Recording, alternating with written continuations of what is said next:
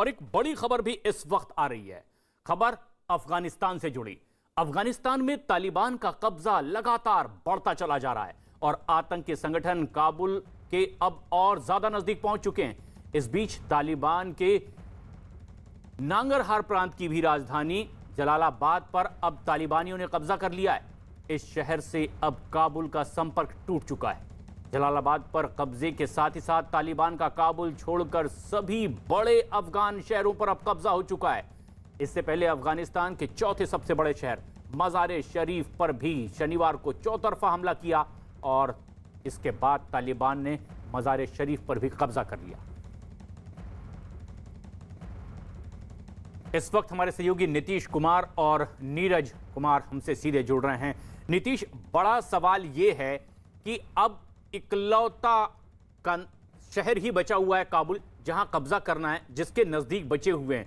ऐसे में किस तरह की उम्मीद बाकी रह गई है? देखिए, अब ऐसा लगता नहीं है कि कुछ भी बचा हुआ है। अब बस देखना ये है, दिलचस्प ये होगा कि जो काबुल है पूरी तरह से फोर्टिफाइड है और आधे से अधिक गवर्नमेंट फोर्सेस, जिसमें कि स्पेशल फोर्सेस भी शामिल हैं, उनका गढ़ है, वो प्रोटेक्ट कर रहे हैं काबुल को। अब ये देखना होगा कि जिस तरह से जो अलग अलग इलाके जहां तालिबान ने कब्जा किया वहां बिल्कुल भी रेजिस्टेंस नहीं हुआ सिक्योरिटी फोर्सेस का, अफगान सिक्योरिटी फोर्सेस का। यहां तालिबान के सामने वो काबुल में कितनी देर टिकते हैं या कितना रेजिस्टेंस देते हैं। इसके अलावा एक चीज और दिलचस्प होगी देखने वाली, अमेरिकन फोर्सेस का प्रेजेंस है। क्या अमेरिकन करीब 3 से 4 हजार अमेरिकन फोर्सेस हैं वहां पर, तो क्या उनके रहते हुए तालिबान एंटर करेगा काबुल के अंदर? तो ये कुछ चीजें हैं जो देखनी बाकी रह गई हैं। बाकी सारे प्रांत वो तालिबान ने कब्जा लिए, करीब करीब 3/4 हिस्से पर कब्जा हो चुका है। अब बस काबुल के अंदर घुसने की देरी है। जी, यानी कि बेहद करीब अब वो काबुल के भी पहुंच चुके हैं और इकलौता शहर ऐसा है जहां पर कब्जा होना बाकी है। लेकिन नीरज, जो बड़ा सवाल है, दिल्ली में भी बड़ी तादाद में ऐसे कई अफगानी शरणार्थी मौजूद हैं। वो किस तरह से इस पूरी घटना को देख रहे हैं और वो भविष्य के लिए क्या उम्मीद लगाए बैठे हुए हैं और किससे?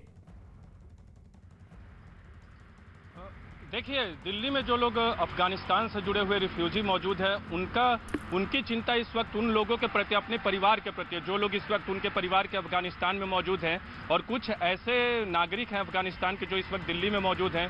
उन लोगों ने जब अपने परिवार वालों से बातचीत की तो वहाँ से ऐसी खबरें लगातार आ रही है, जो दूर दराज के ग्रामीण इलाकों में रहते हैं, कि बम गोलियों की आवाज़ें लगातार सुनने को मिल रही हैं। तो अपने परिवार को लेकर चिंतित है। देखिए, यहाँ जो लोग मौजूद हैं वो भारत से उम्मीद लगातार लगाए रहते, लेकिन अमेरिका जब तक इस पूरे मामले में कुछ नहीं करेगा तो फिर काबुल पे कब्जा कुछ ही दिनों या हफ्ते भर की बात होगी कि उस पे कब्जा हो जाएगा। इस बीच अमेरिकी विदेश मंत्री ने बातचीत किया है अफगानिस्तान के राष्ट्रपति से कि वो तमाम तरह का समर्थन जारी रखेंगे। जो बाइडेन ने अपनी सिक्योरिटी टीम से चर्चा की और कल तक प्रशांत, जो हम लोग बात कर रहे थे कि 3000 जवान वहां इवैक्यूएट कराने के लिए, अमेरिकी नागरिक और अमेरिका के वो लोग जो एम्बेसी में मौजूद हैं, 5000 की संख्या करने का फैसला किया है। लेकिन बार बार एक सवाल उठता है, जो आज अफगानिस्तान की मौजूदा स्थिति है उसके लिए अमेरिका तो जिम्मेदार है ही कि आपने अपने फौजों को वापस बुलाया, लेकिन एक सवाल और खड़ा होता है कि 20 साल में अमेरिका ने अफगानिस्तान के फौजों को इतना मजबूत और इतना स्वतंत्र नहीं कर पाया ताकि वो तालिबान से मुकाबला कर सके। और स्थिति आपके सामने कि सिर्फ एक महत्वपूर्ण शहर आज की तारीख में अफगानिस्तान सरकार के कंट्रोल में है। पहले मज़ार शरीफ, फिर जलालाबाद कंट्रोल में गया और अब नजरे तालिबान की काबुल पे है, कभी भी हो सकता है। और ये ही एक बड़ी परेशानी का सबब अफगानिस्तान के जितने इस वक्त के प्रशासक हैं कि अब कुछ ही दूरी पर अफगानिस्तान है। और इस वक्त की एक बड़ी खबर भी आ रही है अफगानिस्तान पर तालिबान के बढ़ते कब्जे से जुड़ी हुई। तालिबान ने अब तक अफगानिस्तान के 20 प्रांतों पर कब्जा कर लिया है। CNN की खबर के मुताबिक तालिबान ने अब अफगानिस्तान के 20 प्रांतों पर पूरी तरह से कब्जा कर लिया है।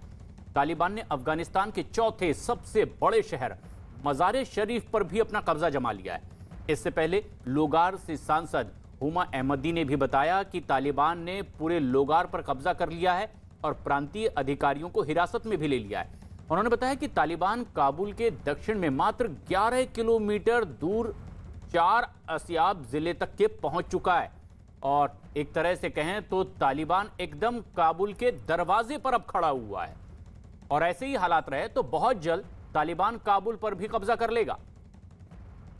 नीतीश, अब सबसे अहम बात यह है कि काबुल की तरफ बढ़ रहे थे तालिबानी, लेकिन अचानक उन्होंने स्ट्रेटेजी में बदलाव किया, मज़ार शरीफ और दूसरे शहरों पर कब्जा करने लगे। क्या अमेरिकी सैनिकों की मौजूदगी ने उन्हें अपनी स्ट्रेटेजी बदलने पर मजबूर किया है, और क्या अमेरिका इस ओर अब और ज्यादा ध्यान दे सकता है? देखिए, ये जाहिर है कि जिस रफ्तार से तालिबान ने पिछले एक हफ्ते में करीब करीब 20, जो ताज़ा अपडेट के मुताबिक 20 प्रांतों पर कब्जा किया, इतनी रफ्तार के साथ कहीं भी किसी भी तरह का उनको रेजिस्टेंस नहीं मिला। और अभी 2 दिन पहले वो 50 किलोमीटर, अगर शुक्रवार की शाम की बात करें, 50 किलोमीटर तक पहुंच गए थे काबुल से जो उनकी दूरी थी, लेकिन अब तक वो काबुल के अंदर घुसे नहीं है। इसका मतलब साफ है कि अमेरिकन सैनिकों का जो प्रेजेंस है वहां पर 3000 अमेरिकन सैनिक ऑलरेडी थे, उसकी संख्या को बढ़ाने की बात की जा रही है। उस वजह से उन्होंने अपनी स्ट्रैटेजी में बदलाव किया, फिर मज़ार शरीफ की ओर रुख किया, जो उनका चौथा बड़ा शहर है, वहां पर कब्जा कर लिया है। और एक चीज प्रशांत, ये देखने वाली बात है, कहा जाता है कि अगर आप मज़ार शरीफ से जलालाबाद की ओर बढ़ते हैं तो आपको काबुल से होकर गुजरना पड़ेगा, लेकिन अब अभी उन्होंने काबुल पर कब्जा नहीं किया है, ऐसे जलालाबाद पर कब्जा हो चुका। तो ये सवाल उठता है कि क्या पहले से ही जलालाबाद में भी तालिबान का प्रेजेंस था, वहां के लोकल मिलिशिया का प्रेजेंस था, जिसकी वजह से बिना काबुल को क्रॉस किए जलालाबाद पे पहले कब्जा हो जाता है। तो ये देखने वाली बात है कि पूरा गढ़ हो चुका है, पूरा ग्राउंड लेवल पर किस मजबूती के साथ तालिबान का प्रेजेंस है। अब बस ये देखना दिलचस्प होगा कि अगर तालिबान घुसता है काबुल के अंदर तो अमेरिकन फोर्सेस जो वहां पर उनका प्रेजेंस है, उनका रिएक्शन कैसा होता है। बिल्कुल, ये सबसे अहम बात भी है कि बगैर किसी तरह के रिएक्ट किए ही जलालाबाद पर कब्जा हो चुका है, और सबसे खास बात कि काबुल पर कब्जा किए बगैर ही जलालाबाद को पूरी तरह से अपने कब्जे में तालिबान ने ले लिया है। लेकिन तालिबान ने अब एक कदम और आगे बढ़ाया है। तालिबान ने अब कंधार को अस्थायी तौर पर राजधानी बनाने का भी ऐलान कर दिया है। कंधार में तालिबान की मौजूदगी देखने को मिल रही है, और कंधार को अस्थायी राजधानी बनाने के साथ साथ तालिबान ने कहा है कि वो अपने गवर्नर भी नियुक्त करेगा। और इतना ही नहीं, तालिबान ने काबुल को भी घेरने का एक बार फिर से दावा किया है। नीरज, अब जो सबसे खास बात है कि तालिबान का कहना है कि हमारी तमाम स्ट्रेटेजी अब आगे बढ़ रही है, काबुल को वो बस घेरने ही वाले हैं। क्या किसी तरह से पावर शेयरिंग को लेकर के बातचीत हो सकती है? कोई ऐसा लम्हा भी सामने आ सकता है? देखिए, अब उम्मीद कम है कि पावर शेयरिंग को लेकर कोई बातचीत होगी, लेकिन कंधार का जिक्र कर रहे थे, जिसको तालिबान ने अस्थायी तौर पे राजधानी बनाने का जिक्र किया। देखिए, भारत में जो मुंबई की स्थिति है आर्थिक राजधानी के तौर पे, आर्थिक वाणिज्यिक राजधानी के तौर पे, आप कंधार को उसी तरह से मान सकते हैं कि इकोनॉमिक हब है, जिस तरह से मुंबई इकोनॉमिक हब है भारत का। तो मुंबई की अहमियत आप समझ सकते हैं भारत की अर्थव्यवस्था के लिए, तो कंधार की अहमियत वही है। रही बात, आपने जिक्र किया कि गवर्नर नियुक्त करने की प्रक्रिया, वहां की जो प्रक्रिया है सरकार में बदलाव की, वो प्रक्रिया तमाम राज्यों में शुरू हो गई। धीरे धीरे तालिबान के लोगों को बुलाया जा रहा है और उनको गवर्नर की पद पर आसीन करने की जो प्रक्रिया होती है प्रशांत, वो पूरा किया जा रहा है। तो कंधार के बाद अब नजरें काबुल पे होंगी। अगर काबुल में कुछ दिन तक रेजिस्टेंस मिलता है, क्योंकि अमेरिकी विदेश मंत्री ने बातचीत किया है अफगानिस्तान के राष्ट्रपति से, तो उन्होंने कहा है कि वो लगातार सपोर्ट करते रहेंगे। और तालिबान के लोग नहीं चाहेंगे कि जब तक अमेरिका इस पूरे मामले में पूरी तरह से अपने आप को नहीं खींच लेता है, तब तक तालिबान भी काबुल तक पहुंचेगा, इसकी उम्मीद कम है। और अंदाजा दूसरे देशों की भी नजर लगातार बनी हुई है इस पूरी घटना पर, जिस तरह से तालिबान लगातार आगे बढ़ता जा रहा है, काबुल के करीब पहुंच रहा है। हालांकि कुछ ऐसी तालिबानी सोच की वजह से ही भारत को भी परेशान करने की कोशिश हुई, लेकिन अब अफगानिस्तान में तालिबान के बढ़ते कब्जे के बीच बीएसएफ के डीजी ने कहा है कि भारत सीमा पार से पैदा हुए हर खतरे से निपटने के लिए पूरी तरह से तैयार है।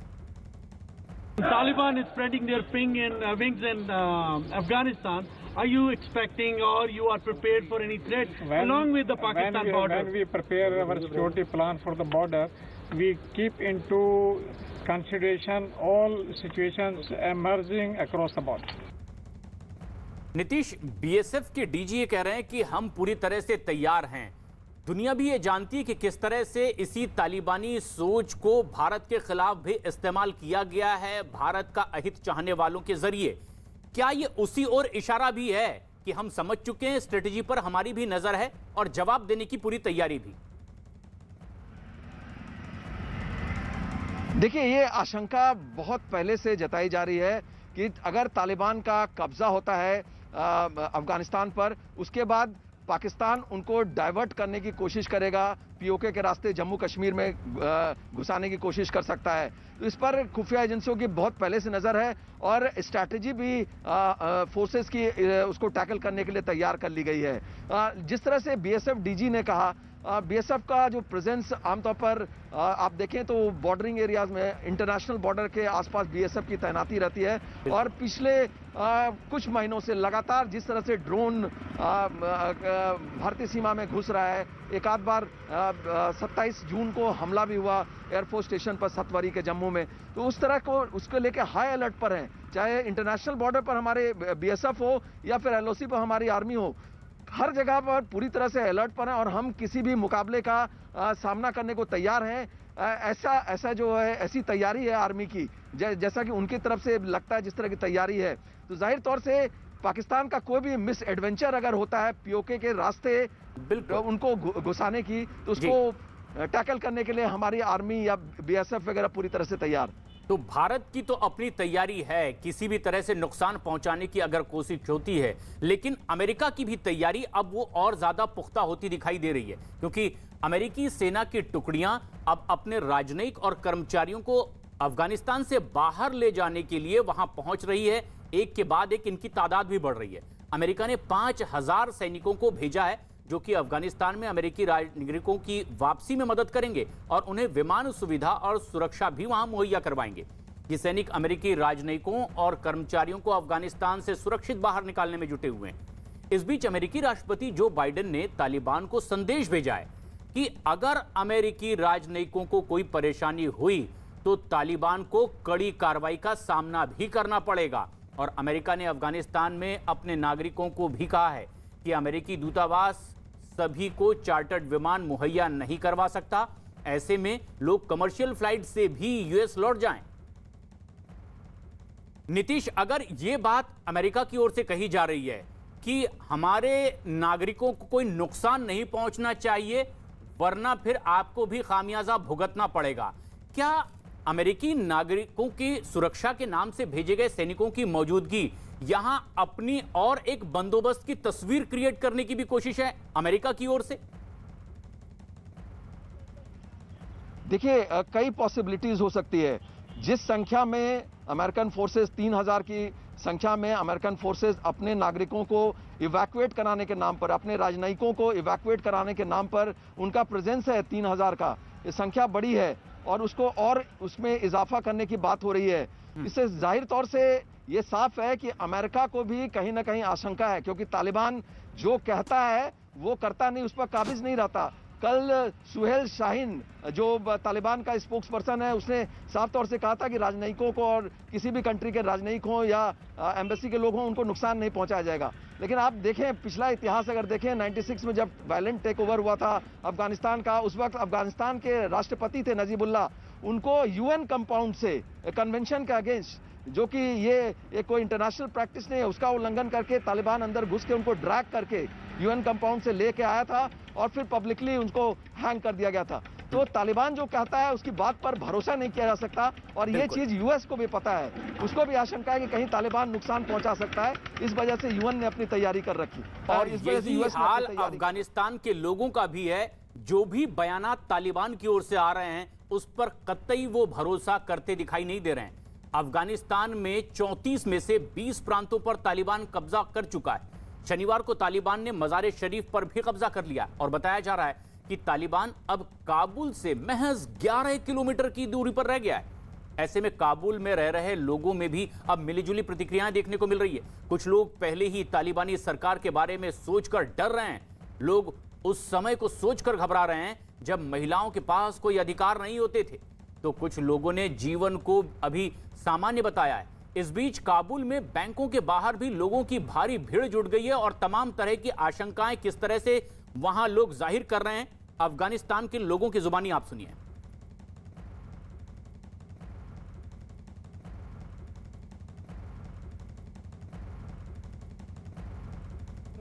Fine. The people is good with them. They said everyone can go to school, the girls, the boys. Life is normal, but in the future we don't know. I'm not afraid of them. We are not the people who will, go back to the dark era. Afghanistan में जारी इस हिंसा के बीच तालिबान के प्रवक्ता सुहेल शाहीन ने अपने लोगों से संपत्ति को नुकसान न पहुंचाने की भी अपील की है। उन्होंने सरकारी दफ्तरों, उपकरणों, पार्क, सड़क और पुलों को भी नुकसान न पहुंचाने के लिए कहा है। साथ ही साथ किसी को भी निजी तौर पर भी कोई नुकसान न पहुंचाने की अपील उन्होंने की। हालांकि इसके साथ ही साथ सभी पर सख्त नजर रखने के लिए भी कहा गया है।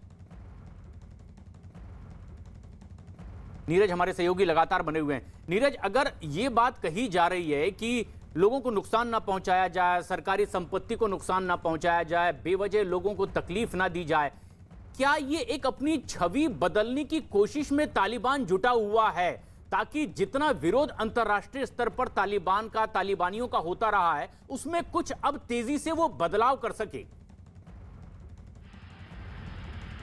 देखिए, बिल्कुल 1996 के तालिबान और 2021 के तालिबान में फ़र्क है, क्योंकि 1996 में जब अफगानिस्तान पे कब्जा किया था तो तत्कालीन राष्ट्रपति की हत्या कर दी थी। इस बार ऐसा कुछ कदम उठाएंगे मुझे नहीं लगता। और दूसरी अहम बात की, इस बार हो सकता है कि तालिबान, पिछली बार आपको याद होगा कि 1996 में कब्जे के बाद उसके बाद तमाम दूसरी जगह भी उन्होंने अपना प्रसार किया था। इस बार ऐसा करेंगे, दूसरे देशों में अपना हस्तक्षेप करेंगे, दूसरे जगह आतंकवादी हमले करेंगे। एक बार कब्जा होने के बाद, तालिबान का अफगानिस्तान में कब्जा होने के बाद भारत पे उसका नकारात्मक प्रभाव पड़ेगा, इसमें कोई दो राय नहीं है, क्योंकि पाकिस्तान के जरिए आतंकवादी जो है वो भारत में प्रवेश करने की कोशिश जरूर करेंगे। इसमें कोई दो राय नहीं, कोई संशय नहीं, कोई आशंका नहीं है, कोई कंफ्यूजन की बात नहीं है।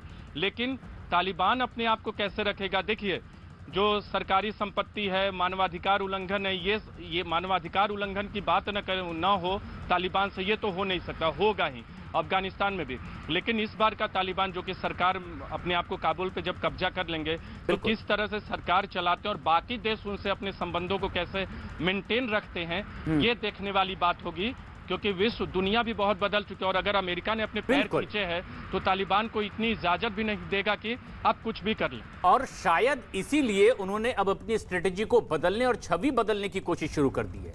इधर अफगानिस्तान से लेकर के अमेरिका तक हाहाकार मचा हुआ है। अमेरिका के एक सांसद ने तो अफगानिस्तान के मौजूदा हालात पर अपने राष्ट्रपति जो बाइडेन को चिट्ठी भी लिखी है। तो वहीं भारत भी अब तालिबान के इस बढ़ते कदमों से बेहद परेशान है। उसे ना सिर्फ अपने नागरिकों की इस फिक्र है, बल्कि वहां चल रही भारत की तमाम परियोजनाओं की भी चिंता सता रही है। जानकारों का कहना है कि भारत सरकार को बेहद सावधानी से इस मौके पर अपने फैसले करने होंगे।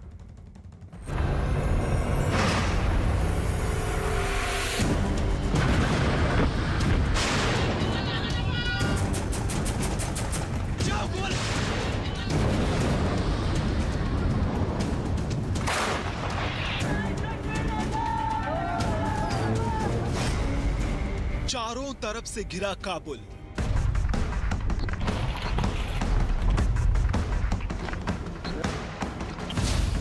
अफगानिस्तान पर आतंकी फंदा।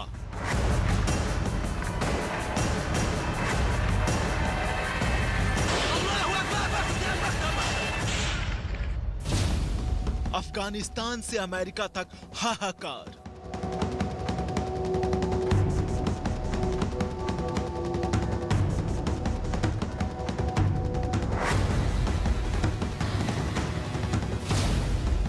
तालिबान के बढ़ते कदम से भारत परेशान।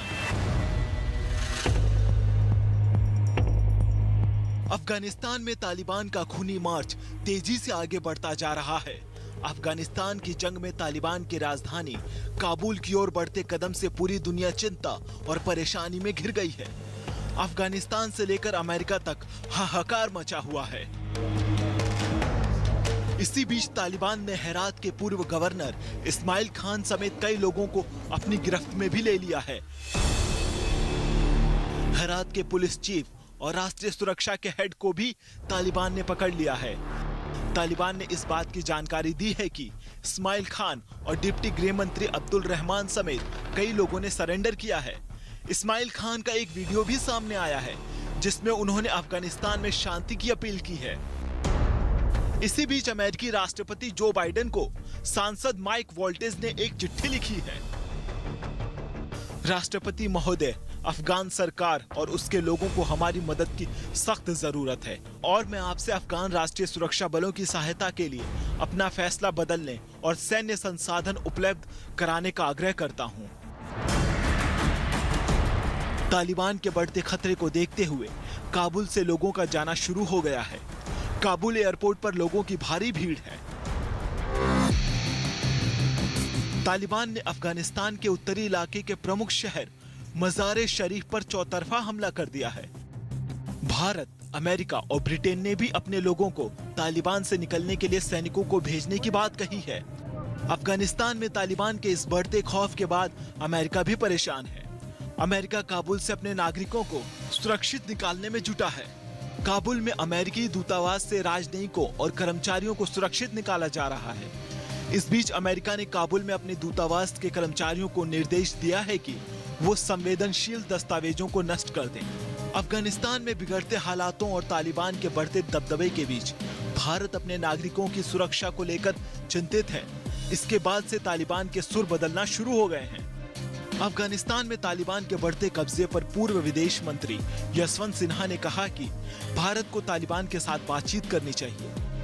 जवाब और सवाल जवाब के क्रम में उन्होंने भारत के बारे में जो बातें कही हैं वो बहुत मैच्योर बातें हैं, सयानी बातें हैं और अच्छी बातें उन्होंने कही हैं और उससे भारत को संतोष होना चाहिए। और मैं तो एक कदम आगे बढ़ के यहाँ तक कहूँगा कि भारत सरकार को अभी एकदम स्पष्ट हो गया कि तालिबान अफगानिस्तान के ऊपर पूरी तरह से कब्जा उसने कर लिया है, तो भारत सरकार दोहा में जो बातचीत कर रही है उसमें अफगानिस्तान तालिबान शामिल है। तालिबान के साथ भारत सरकार को संपर्क बढ़ाना चाहिए। अफगानिस्तान के तालिबान के बढ़ते प्रभाव पर दिल्ली के भोगल में रहने वाले अफगानी शरणार्थी भी डरे हुए हैं। अफगानी शरणार्थियों ने कहा कि पाकिस्तान तालिबान को मदद मुहैया करवाता है। अगर तालिबान काबुल पर कब्जा कर लेता है तो कितना खतरा होगा आप लोगों के लिए, अफगानिस्तान के नागरिकों के लिए? तालिबान काबुल पे सब जगह पे आ जाता है तो खतरा सबको है। और तालिब को जब कोई अफगानी है, बच्चा बूढ़ा सबको उसको पसंद नहीं करते तालिब को, इसलिए कि वो स्कूल को नहीं छोड़ता है उन लोगों को, औरतें को नहीं छोड़ता है स्कूल, बच्चों को मार देता है। जब औरत बाहर जाते हैं उसका जब दुपट्टा सर पे नहीं उसको मार देता है। पर बल पड़ना जायज है।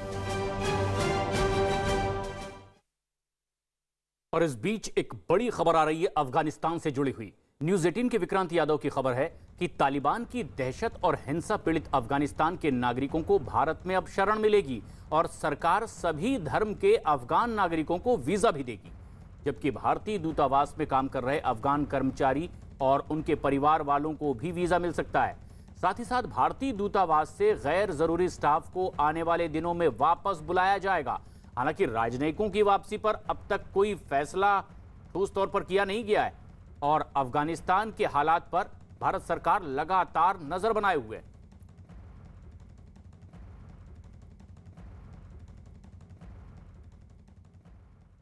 तालिबान लगातार आगे बढ़ रहे हैं। वो अफगान आर्मी को हथियार डालने पर मजबूर कर रहा है। लिहाजा दुनिया के 12 शक्तिशाली देशों ने तालिबान पर लगाम लगाने का एक ब्लूप्रिंट भी तैयार कर लिया है। लेकिन चीन और पाकिस्तान अब भी तालिबान के साथ खड़े हुए हैं। खुफिया रिपोर्ट के मुताबिक अगर अफगानिस्तान में तालिबान राज कायम हो जाता है तो चीन उसका समर्थन करेगा। अब सवाल ये कि चीन और पाकिस्तान के लिए तालिबान इतना अहम आखिर क्यों है?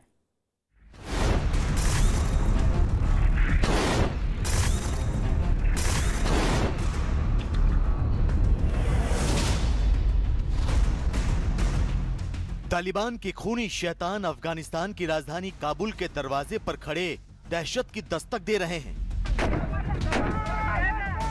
किसी भी वक्त तालिबान के जिहादी काबुल पर धावा बोल सकते हैं। काबुल हाथ से गया तो समझिए पूरा अफगानिस्तान तालिबान की मुट्ठी में होगा। खौफ का सबब ये कि तालिबान न सिर्फ काबुल के करीब पहुंच चुका है बल्कि खुद को मजबूत और पहले से ज्यादा ताकतवर भी बना रहा है। पाकिस्तान और चीन इस काम में तालिबान की खुलकर मदद कर रहे हैं। हथियारों से लेकर पैसों के जरिए तालिबान के हाथ मजबूत कर रहे हैं। Afghan government, the Afghan security forces are committed to defend the country against the Pakistani proxies, against the Taliban and other Lashkar-e-Taiba and other terrorists whom they came from Pakistani madrasas. According to our intelligence information, more than 43,000 Pakistani madrasa students, which were trained by ISI, on the Dior night, they came to fight. So there are setbacks. The fight is still continue, and we will defend our country. This is our country. This is our soil. क्योंकि अफगानिस्तान में प्राकृतिक संसाधनों की भरमार है। यहाँ सोना, तांबा और दुर्लभ धातुओं के भंडार हैं। भौगोलिक और सामरिक दृष्टि से देखें तो अफगानिस्तान बेहद अहम है। चीन, ईरान, पाकिस्तान, ताजिकिस्तान, तुर्कमेनिस्तान और उज्बेकिस्तान से इसकी सीमाएं मिलती हैं। चीन चाहे तो भविष्य में यहाँ अपना सैन्य अड्डा बनाकर अमेरिका और भारत को चुनौती भी दे सकता है। इसके अलावा चीन का बेल्ट एंड रोड प्रोजेक्ट भी अफगानिस्तान से होकर गुजरता है। वो नहीं चाहता कि उसके इस प्रोजेक्ट पर आंच आए, जबकि पाकिस्तान और चीन यहाँ तालिबान के जरिए भारत के हितों को चोट पहुँचाने में भी कामयाब हो सकते हैं। इन तमाम वजहों के अलावा चीन की अफगानिस्तान में दिलचस्पी इसलिए भी बहुत ज्यादा है क्योंकि तुर्किस्तान इस्लामिक पार्टी, जिसका संबंध शिनजियांग के वीगर मुसलमानों से भी है, उस आयरन ओर को लेके कुछ मुआहदे भी कुछ एग्रीमेंट भी गवर्नमेंट के साथ साइन कर चुके हैं और वो वहां से निकाल लें, मगर लार्ज स्केल एक्सट्रैक्शन के लिए उनको जरूरी है, वो चाहते हैं कि वो बेल्ट एंड रोड इनिशिएटिव को वहां तक एक्सटेंड करना चाहते हैं। 14 देशों के प्रतिनिधियों ने अफगानिस्तान के मुद्दे पर चर्चा की। इस चर्चा में चीन और पाकिस्तान के साथ भारत भी शामिल था। बैठक के बाद एक बयान जारी कर 9 बिंदुओं पर जोर दिया गया। बैठक में शामिल देशों ने अफगानिस्तान में शांति प्रक्रिया में तेजी लाने पर जोर दिया। सैन्य बल से अफगानिस्तान में बनी सरकार को मान्यता न देने पर रजामंदी हुई। हिंसा, नागरिकों की मौत और मानवाधिकार उल्लंघन पर चिंता जताई गई और हमलों और हिंसा को तुरंत रोकने का आह्वान किया गया।